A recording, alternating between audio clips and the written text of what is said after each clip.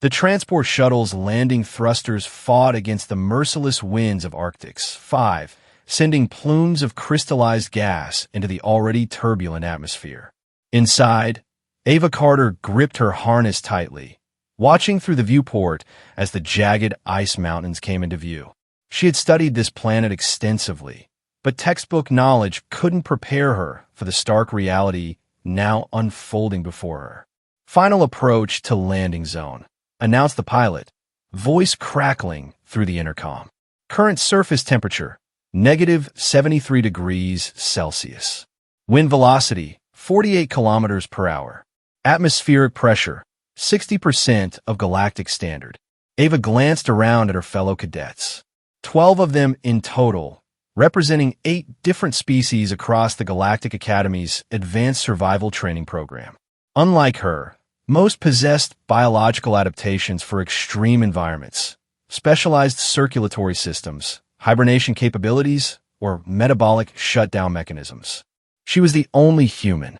"Remember," came the stern voice of Professor Corax, a tall, angular Drovian with skin resembling polished obsidian that could withstand temperatures approaching absolute zero. "This is not a simulation. Arctic's 5 is one of the harshest habitable planets in the sector. The extreme cold challenge is designed to test your ingenuity and resilience. If you cannot adapt, this environment will kill you before the second day dawns." The shuttle bumped and rattled as it touched down on the ice. From the viewport, Ava could see nothing but an endless expanse of white and blue, interrupted only by towering pillars of ice that rose like phantom sentinels from the frozen landscape. The sky hung low and heavy, a dull gray canopy that promised little mercy. "No artificial heating devices are permitted," Professor Corax continued, his compound eyes scanning each trainee carefully. "Basic tools only, multi-purpose blades, raw materials for construction, and standard-issue emergency beacons to be used only in life-threatening situations. The challenge lasts 8 standard days. Your objective is simply to survive." Ava checked her utility belt. Multi-tool, emergency rations for 3 days, water purification tablets, a length of synthetic rope, and a small medical kit. Not much to work with in temperatures that could freeze exposed flesh in minutes. "You will be monitored remotely, but we will not intervene unless absolutely necessary," the professor added. "Surviving extreme environments often means making difficult choices. I expect each of you to demonstrate the resourcefulness that earned you a place at the Academy." As the shuttle door opened, a blast of Arctic air rushed in, shocking Ava's lungs despite her thermal undersuit. The standard-issue cold weather gear would provide minimal protection against Arctic's 5's environment. The garments were deliberately inadequate. Part of the challenge was finding ways to improve them. Zarin, a tall, muscular Cryovian with pale blue skin and naturally insulated physiology, shot Ava a dismissive glance. "Hope you've practiced your hibernation techniques, human. That's the only way you'll last out here." Ava didn't respond. She knew Zarin was right about one thing. For most species, lowering body temperature and entering a state of torpor was the standard survival strategy in environments like this. Unfortunately, humans lack this ability. Her survival would depend on finding alternatives. Professor Corax led them out onto the surface. The ice crunched beneath their boots, and the wind immediately began to claw at any exposed skin. "Your challenge begins now," he announced. "If you cannot adjust, Arctic's 5 will see you off before the second day arrives." With those words, he turned and re-entered the shuttle, which would remain in orbit as their extraction point at the end of 8 days. The cadets scattered, each seeking shelter or beginning the process of adapting to the harsh environment. Ava watched as several of her classmates began digging into the snow, creating wind barriers or shallow caves. Others, like Zarin, were already preparing their bodies for hibernation, slowing their metabolisms, and seeking protected crevices in which to wait out the challenge. She tried to follow suit, digging a small shelter into a snowbank, but quickly realized the fundamental problem. Unlike her classmates, she couldn't lower her core temperature safely. To survive, she needed to maintain it, which meant generating heat continuously for 8 days.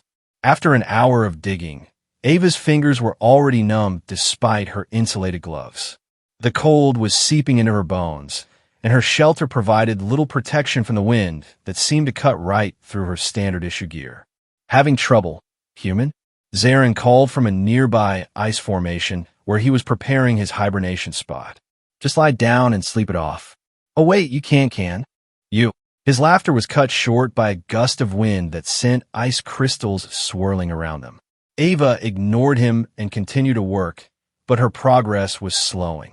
The reality of her situation was becoming clear. Without additional insulation, she would freeze to death within hours, let alone days. As the light began to fade, days on Arctic's 5 were short, just 6 hours of dim illumination. Ava abandoned her shelter attempt. She needed to move to find a better solution. The wind was picking up, bringing with it the first hints of a storm. Ice particles stung her face as she trudged across the frozen landscape. That's when she noticed them, tracks in the snow. Not from any of her classmates, but wider, deeper impressions that suggested a quadrupedal creature of significant size. Alongside the tracks, she spotted something else. Tufts of thick, fibrous material caught on jagged ice edges. Ava approached carefully and examined the material. It was fur, dense, multi-layered, and incredibly fine. Even holding a small clump, she could feel how effectively it trapped heat. She looked in the direction the tracks led, toward a series of low, craggy formations in the distance. If something lives out here naturally, she murmured to herself, it must have evolved exceptional insulation. With nightfall approaching and the temperature dropping even further, Ava made a decision. While her classmates burrowed or hibernated, she would follow these tracks. It was a risk. Venturing further from their landing site meant greater exposure, but staying put with inadequate protection was certain death. The trek was grueling. Each step required tremendous effort as the wind tried to knock her off balance. Her extremities were growing dangerously cold despite her constant movement. After nearly an hour of following the increasingly obvious trail, she came upon the entrance to a cave partially hidden by ice formations. The difference in temperature was immediately noticeable. Inside, protected from the wind, the air was still bitterly cold but manageable. As her eyes adjusted to the dim light filtering through translucent ice walls, Ava gasped. The cave was occupied. 3 large, shaggy creatures huddled in the back, their massive bodies covered in the same fur she had found samples of. The frost beasts, as Ava mentally named them, were easily twice her size, with 6 limbs, broad snouts, and small, intelligent eyes that watched her warily. Most importantly, they were surrounded by patches of shed fur, not just small tufts, but entire sections that had molted off in the natural cycle of their growth. The cave floor was littered with a material, enough to potentially create something useful. The creatures didn't seem aggressive, merely cautious. Ava moved slowly, collecting fallen fur from areas furthest from the beasts. They watched but made no move to stop her. She noticed how they positioned themselves, bodies forming a barrier against the cave entrance, protecting smaller members of their group that lay between them. By the time she had gathered all she could safely reach, Ava's arms were full of the precious insulation material. Not enough for a complete solution, but a start. She retreated carefully from the cave, noting its location for potential return visits. Outside, the storm had intensified. The wind howled between ice pillars, creating an eerie, haunting melody. Visibility had dropped significantly, making navigation difficult. Ava needed shelter immediately to work with her newfound resource. She stumbled upon a narrow crevice in a nearby ice formation, barely wide enough for her to squeeze through, but led to a small chamber that provided adequate protection from the elements. Here, she could begin the process of transforming the fur into something useful. The work was painstaking and frustrating. Her fingers, already numb from cold, struggled with the fine manipulation required. Using her multi-tools blade, she attempted to bind pieces of fur together, but needed something to serve as thread. After several failed attempts, she ventured outside briefly, searching the base of the ice formations for any signs of the sparse, hardy vegetation that survived in these conditions. Her persistence was rewarded when she found a patch of wiry, fibrous plants clinging to a relatively sheltered rock face. These tough fibers, when stripped and twisted, created a primitive but effective binding material. As the storm raged outside, Ava worked tirelessly through the night, her body temperature maintained only by the continuous activity and the gradually increasing insulation of her creation.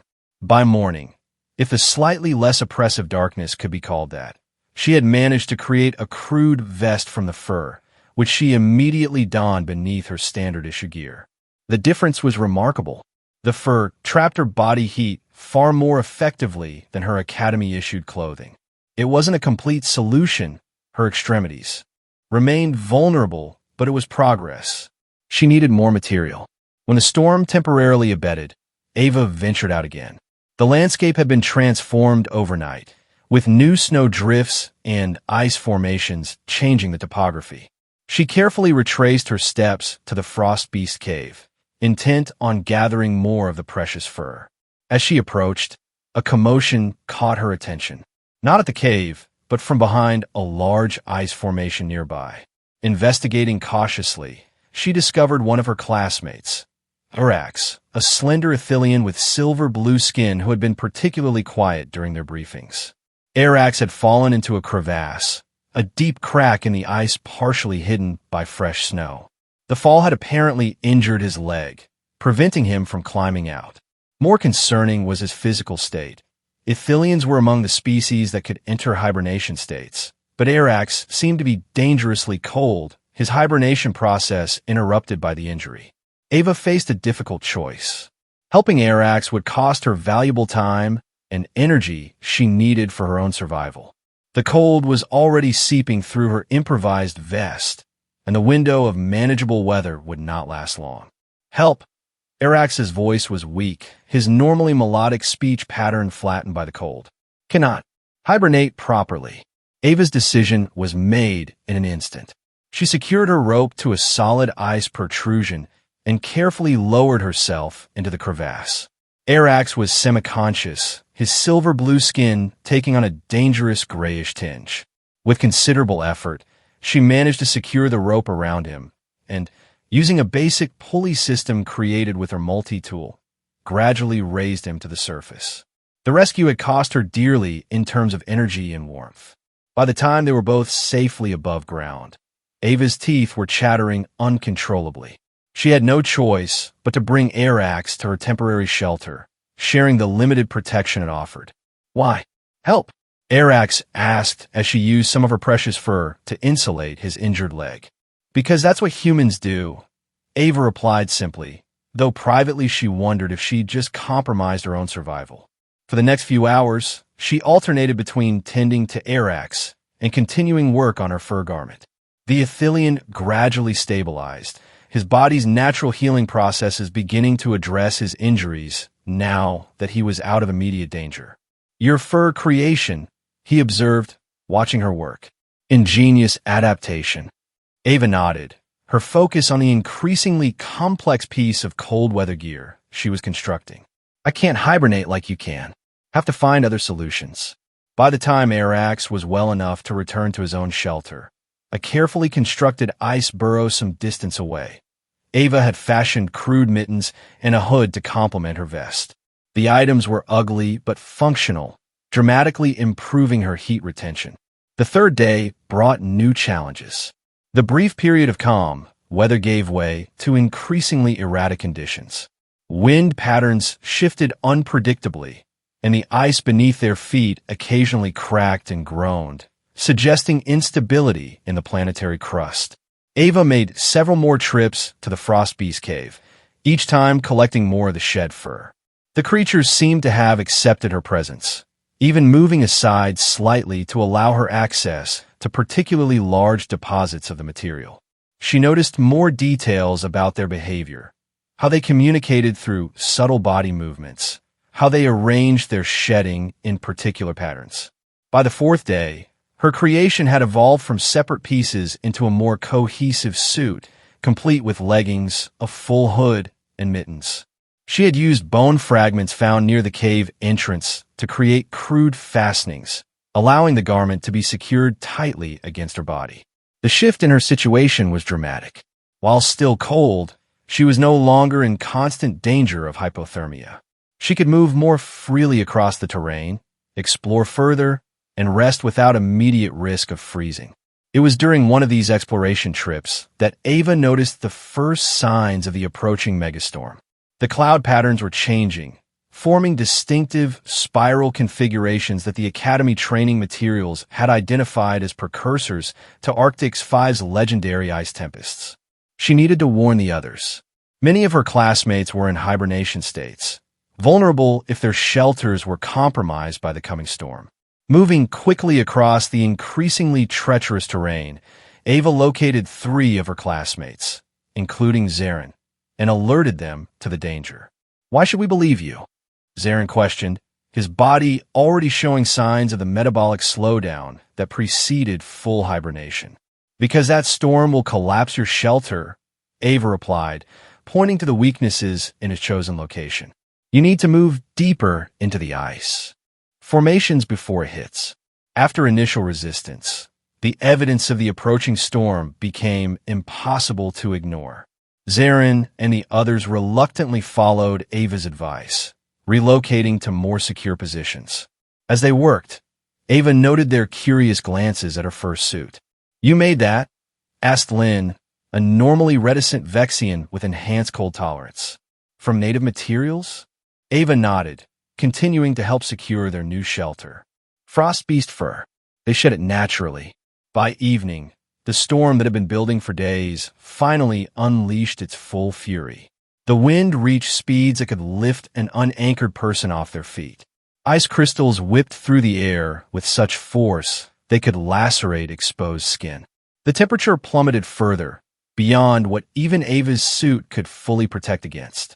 From her shelter, she could hear the terrifying sounds of ice sheets cracking, of winds howling between formations with an almost sentient rage.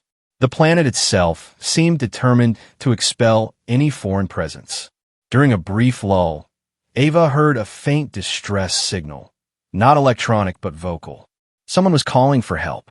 Despite the danger, she secured her first suit as tightly as possible and ventured out into the storm. The source of the cries was difficult to locate amid the howling winds, but eventually, Ava found another cadet.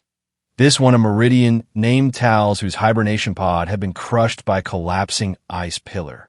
The Meridian was partially trapped, one limb pinned beneath ice debris, their natural hibernation process disrupted by the trauma.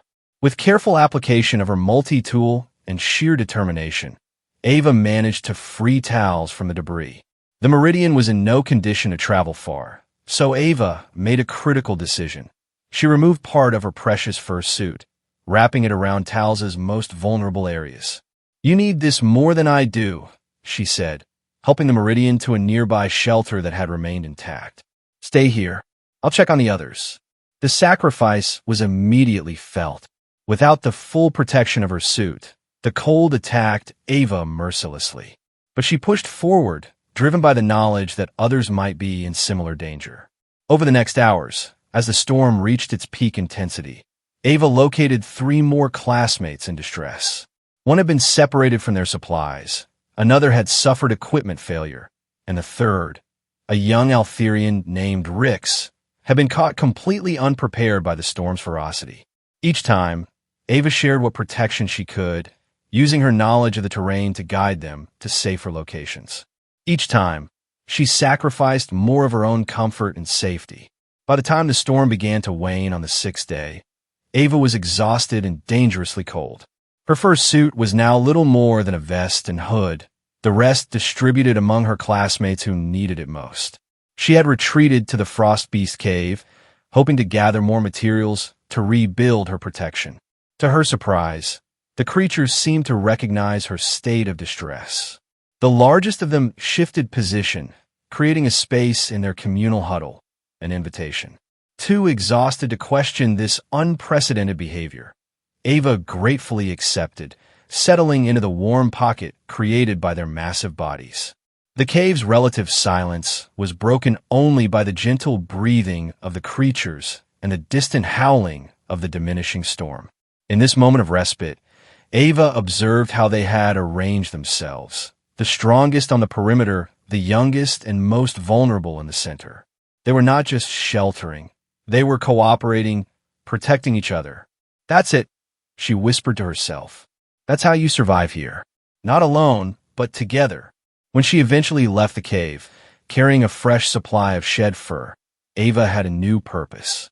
The remaining 2 days of the challenge would not be about merely surviving herself, but ensuring everyone survived. She visited each of her classmates, sharing her accumulated knowledge of the terrain, helping strengthen shelters, and continuing to distribute pieces of newly crafted fur insulation where needed. Even Zarin, who had initially dismissed her, accepted her assistance with grudging respect. The final day of the challenge brought new complications.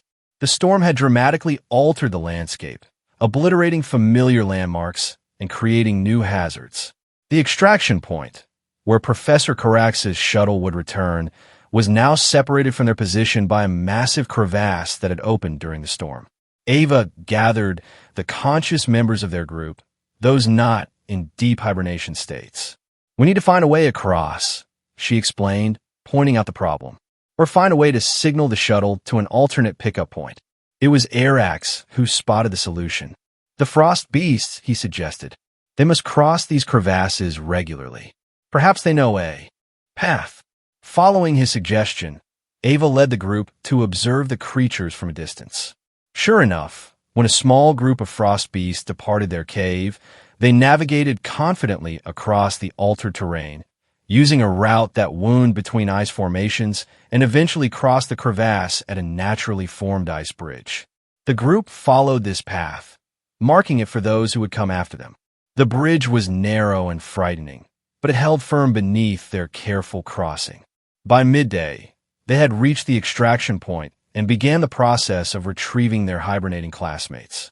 When the shuttle finally appeared on the horizon, descending through Arctic's 5's turbulent atmosphere, all 12 cadets were present and alive, some still emerging from hibernation states, others bearing injuries from the storm, but all having survived the challenge. Professor Corax emerged from the shuttle, his compound eyes taking in the scene with particular focus on their improvised gear, especially Ava's now legendary fursuit. "Interesting adaptations," he noted, his normally dispassionate voice carrying a hint of approval. "Particularly resourceful." The shuttle's interior felt impossibly warm to Ava after 8 days on the ice. As they ascended through the atmosphere, she watched the white landscape recede beneath them, both relieved to leave and strangely connected to the harsh world they were leaving behind.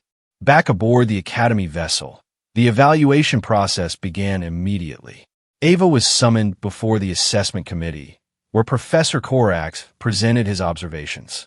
Cadet Carter utilized native materials in a manner not explicitly covered by the challenge parameters, he stated, his formal tone giving no indication of his personal judgment.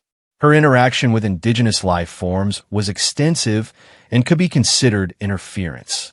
Ava stood at attention, still wearing parts of her fur suit, unwilling to remove it until formally instructed to do so. She had expected this criticism.